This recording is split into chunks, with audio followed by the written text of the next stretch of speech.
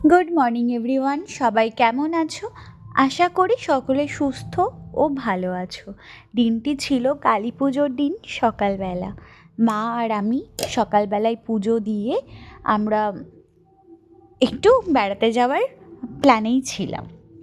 আমি না মাঝে মাঝে বুঝতে পারি না ইন্ট্রোভার্ট না এক্সট্রোভার্ট। কেউ যদি আমাকে কমফর্ট জোন খুব একটা না দেয়, আমি কিন্তু সেখানে বলতে পারো শামুকের মতো নিজেকে খুব গুটিয়ে নিই। কিন্তু আবার পরিচিত লোকজনেরা যদি আমাকে কমফর্ট জোন দেয়, তখন কিন্তু মন খুলে আমি গল্প করি।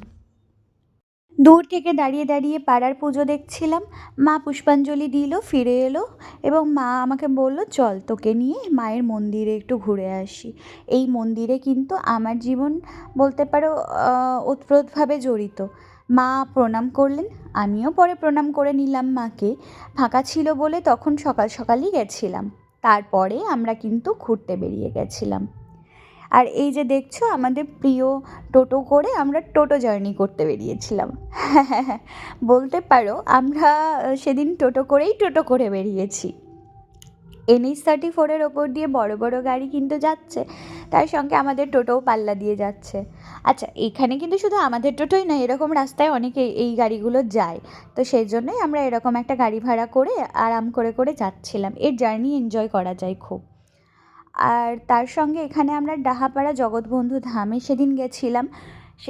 সেখানে আরও আমরা অনেক অ্যাক্টিভিটিস করেছি। এখানে মা আর কাকু বললেন যে নাম সংকীর্তন শুনবেন। আচ্ছা, এই এত দীর্ঘদিন একটা কি বলবো দমবন্ধকর পরিস্থিতি কাটিয়ে ওঠার পর সবারই যেন নিজের মতন একটা রিফ্রেশমেন্ট দরকার।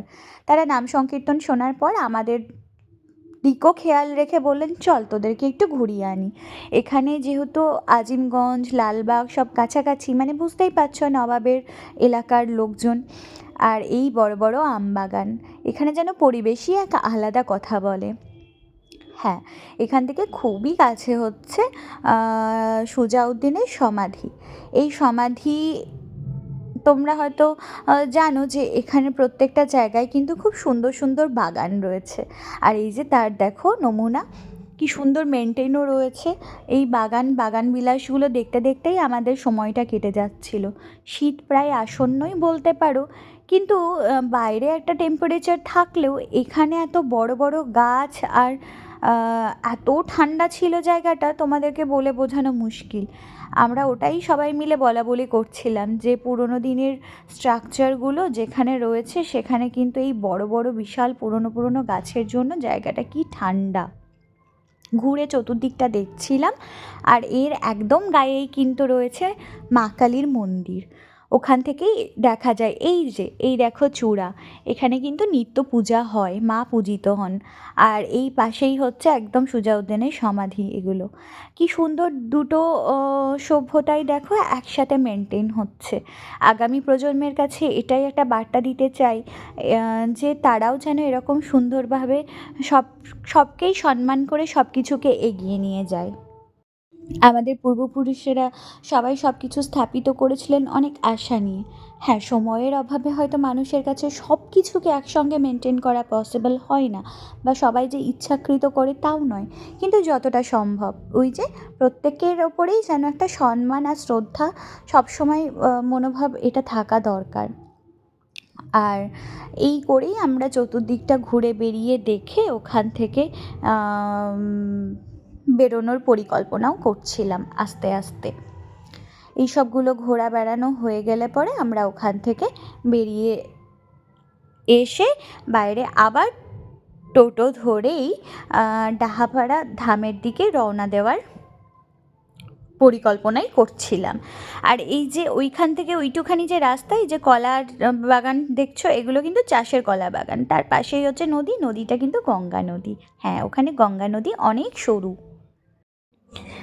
আর আবার আমরা ওই পুরনো স্থানে ফিরে এলাম। তারপরেই কিন্তু আমরা চলে গেছিলাম মা কীর্তেশ্বরী মায়ের মন্দিরে। হ্যাঁ, মা কীর্তেশ্বরী মন্দির ৫১ পীঠের একটি পীঠ। আর এটা রিসেন্টলি ইউনেস্কো হেরিটেজ সাইটে নাম নথিভুক্ত হয়েছে, তাই মেনটেনেন্সের কাজ চলছে। আমরা খুব লাকি ছিলাম যে সবার শেষে জাস্ট মায়ের দরজা বন্ধ হওয়ার আগেই পুজো দিতে গেছিলাম, এবং পুরোহিত মশাই সামহাও আমাদেরকে অ্যালাও করেছিলেন পুজো দেওয়ার জন্য। পুজো দিয়ে খুব তৃপ্তি বোধ হয় এবং আমরা তারপরে আশেপাশেটা একটু ঘুরে দেখছিলাম। আর এই যে শিব মন্দিরটা দেখছো, এই মন্দিরটা একদম ভগ্নপ্রায়, কিন্তু দেখো প্রকৃতি কী সুন্দরভাবে তার আশ্রয় করে দিয়েছেন। ঈশ্বর যেন নিজেই নিজের মন্দিরকে তৈরি করে নিয়েছেন। খুব সুন্দর এই মন্দিরটি। শিব ঠাকুরকে প্রণাম করে আমরা আবারও এই মন্দির চত্বরের আশেপাশে যা যা ছিল দেখছিলাম। নতুন মন্দিরেরও কাজ হচ্ছে, পাশাপাশি প্রচুর মন্দির এখানে গড়ে উঠছে।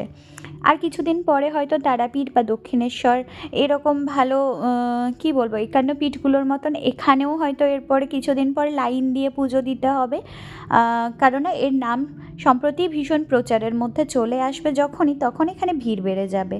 আর আমাদের বাড়ির কাছেই হচ্ছে পাপ্পু ধাবা। হ্যাঁ, কোলাঘাট যেতে যেরকম সবাই ধাবায় যায়, এটা কিন্তু শিলিগুড়ির রুট বা মালদার রুটে যারা যায় তারা জানবে যে এখানে অনেকেই বাইকার বা গাড়ি নিয়ে যারা যায় তারা অনেকে দাঁড়িয়ে থেকে বিশ্রাম নেয়। সবাই সবার মতন টাইম কাটাতে একটু ব্যস্ত ছিল। আমি ইনসিস্ট করলাম, তাদেরকে একটু বললাম যে তোমরা এমনি কেন বসে আছো, একটু কাবাব অর্ডার করো। যেমনি বলা তেমনি কাজ। তা সবাই প্রথমে না না করছিল, হেজিটেট ফিল করছিল, কিন্তু আচ্ছা আমি খাবো না বলে কি অন্যরা কেউ খাবে না? আমার কিন্তু বেশ ভালো লাগছিল তারা এরকম আনন্দ করছিল দেখে। আর আমি আমার জার্নিটাও আজকে খুব আনন্দ করেছি। আর বাড়ি ফিরে আসার পালা এবারে। সবাই টাটা, আবার দেখা হবে পরের ভিডিওয়।